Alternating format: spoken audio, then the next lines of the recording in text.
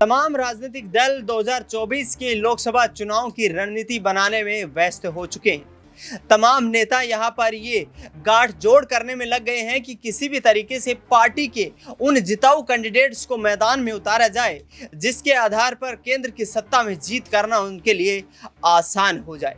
लेकिन मध्य प्रदेश यहां पर एक बड़ी चुनौती बनता हुआ नजर आ रहा है, जहां एक तरफ कांग्रेस पार्टी के पास महज एक सांसद है तो दूसरी तरफ भारतीय जनता पार्टी के लिए असमंजस की स्थिति इस कदर बनी हुई है कि आखिरकार दिग्गज नेता ज्योतिरादित्य सिंधिया और शिवराज सिंह चौहान को किस तरीके से मैदान में उतारा जाए ताकि आगामी वक्त में इनको हार का सामना ना करना पड़े। जी हां, 2019 के लोकसभा चुनाव में गुना शिवपुरी सीट से जीत दर्ज करने के इरादे से कांग्रेस पार्टी ने ज्योतिरादित्य सिंधिया को मैदान में उतारा था, लेकिन वहां पर केपी सिंह यादव से ज्योतिरादित्य सिंधिया को बड़ा नाम होने के बावजूद भी करारी हार का सामना करना पड़ा था। इसके बाद भारतीय जनता पार्टी आने वाले वक्त में फूंक फूंक कर कदम रखना चाहती है और ज्योतिरादित्य सिंधिया पर कोई भी दांव खेलने से पहले सोच विचार करना चाहती है। आखिरकार क्या ज्योतिरादित्य सिंधिया को गुना शिवपुरी की बजाय ग्वालियर सीट से उतारा जाएगा?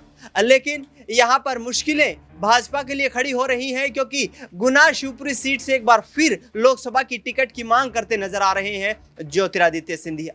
न्यूज रूम में इस वक्त मेरी मौजूदगी है। रंग बदलती हमारे राजनीति हमारे खास प्रोग्राम में आपका स्वागत है। तमाम सहयोगियों से जानने की कोशिश करेंगे कि आखिरकार टिकट पर बना ये सस्पेंस कब खत्म कर पाएगी भारतीय जनता पार्टी। सिराज से पहला सवाल रहेगा। सिराज, जो स्थिति इस वक्त बनती हुई नजर आ रही है, गुना शिवपुरी सीट से ज्योतिरादित्य सिंधिया को चुनाव लड़वाने की तैयारी में नहीं है भारतीय जनता पार्टी, लेकिन वो टिकट वहीं से पाना चाहते हैं। क्या केपी सिंह यादव की टिकट काटना संभव हो पाएगा?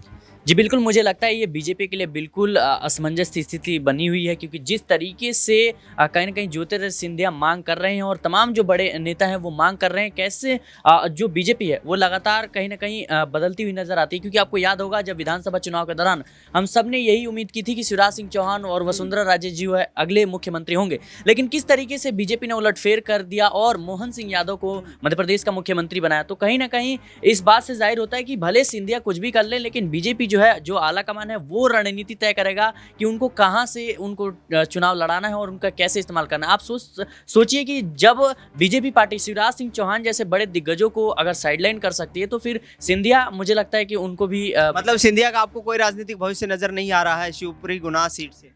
जी, भविष्य उनका होगा, लेकिन बीजेपी उनका भविष्य तय करेगी, क्योंकि अब वो कांग्रेस में नहीं है। कांग्रेस में जो कार्य करते थे, जो एक फ्रीडम के साथ कार्य करते थे, लेकिन अभी जो बीजेपी आला कमान है, पूरे बीजेपी को कहीं ना कहीं अभी मोदी शाह जैसे दिग्गज नेता है वो कहीं ना कहीं हैंडल कर रहे हैं। तो मुझे लगता है कि जब आला कमान उन्हें जहां से चुनाव लड़ाएगा वहीं से उनको लड़ना पड़ेगा, और मुझे लगता है यही होगा।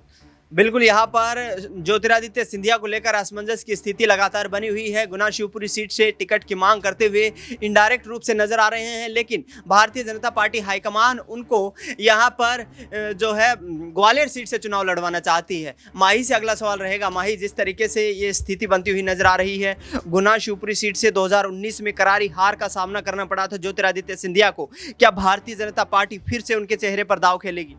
जी बिल्कुल, जिस तरीके से अभी बीजेपी में कुछ कहा नहीं जा सकता कि किस तरीके से सीट बदल दी जा सकती है। जैसे सिंधिया भले वहाँ से अच्छा प्रदर्शन करने के बाद भी मोहन यादव वहाँ पे उनको मुख्यमंत्री के पद से हटा दिया गया, मोहन यादव को बना दिया गया, शिवराज सिंह चौहान को मुख्यमंत्री के पद से हटा दिया गया। तो ज्योतिरादित्य सिंधिया का भी भविष्य कहीं ना कहीं अंधकार में दिखाई दे रहा है कि आने वाले समय में हो सकता है कि ज्योतिरादित्य सिंधिया भी वहाँ की सीट से हटते हुए नजर आए, क्योंकि अगर वो अच्छा प्रदर्शन नहीं करेंगे, और बीजेपी का ऐसा रहा है कि जो भी अच्छा प्रदर्शन करने के बाद भी वो सीटों से हटा दिए जाते हैं। तो ऐसे में कुछ कहा नहीं जा सकता कंफर्म के तरीके से कि ज्योतिरादित्य सिंधिया का आने वाला भविष्य क्या होगा आने वाले समय में।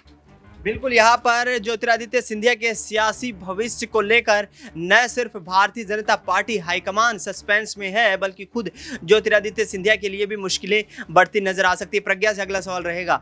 प्रज्ञा, ग्वालियर सीट से सिंधिया को चुनाव लड़वाने की तैयारी की जा रही है, क्या वो ज्योतिरादित्य सिंधिया को ये जो ऑफर है ये कबूल रहेगा, या फिर गुना शिवपुरी सीट से जिस तरीके से वो ताल ठोकते नजर आए थे 2019 में, वहीं से पार्टी उनके लिए खेलती हुई नजर आएगी? देखिए, अभी फिलहाल ज्योतिरादित्य सिंधिया को लेकर आपने जिस तरीके से सवाल पूछा, तो मुझे ऐसा लगता है कि सिंधिया इस वक्त एक ऐसी स्थिति में है जहां पर उन्हें पार्टी का कहना मानना ही पड़ेगा, क्योंकि जिस भी सीट से उन्हें चुनाव लड़वाया जाए कहीं ना कहीं उन्हें वो चीज़ माननी होगी, क्योंकि अगर वो बगावत करते हैं, अगर वो अपनी नाराजगी को जाहिर करते हैं, तो ऐसे में मुझे साफ तौर पर लगता है कि कहीं ना कहीं कांग्रेस को पहले ही यहाँ पर छोड़ चुके हैं ज्योतिरादित्य सिंधिया, और अगर वो सीधे सीधे बीजेपी के खिलाफ भी जाते हैं तो कहीं ना कहीं यहाँ पर उनकी मुश्किलें जो है वो बढ़ती हुई नजर आ सकती हैं। बिल्कुल, यहाँ पर शिवराज सिंह चौहान की बात कर लें या फिर ज्योतिरादित्य सिंधिया, दोनों दिग्गज नेता हैं। दोनों का सीट पर चुनाव लड़वाने को लेकर हाईकमान इस वक्त माथापच्ची कर रही है, और आने वाले वक्त में किस आधार पर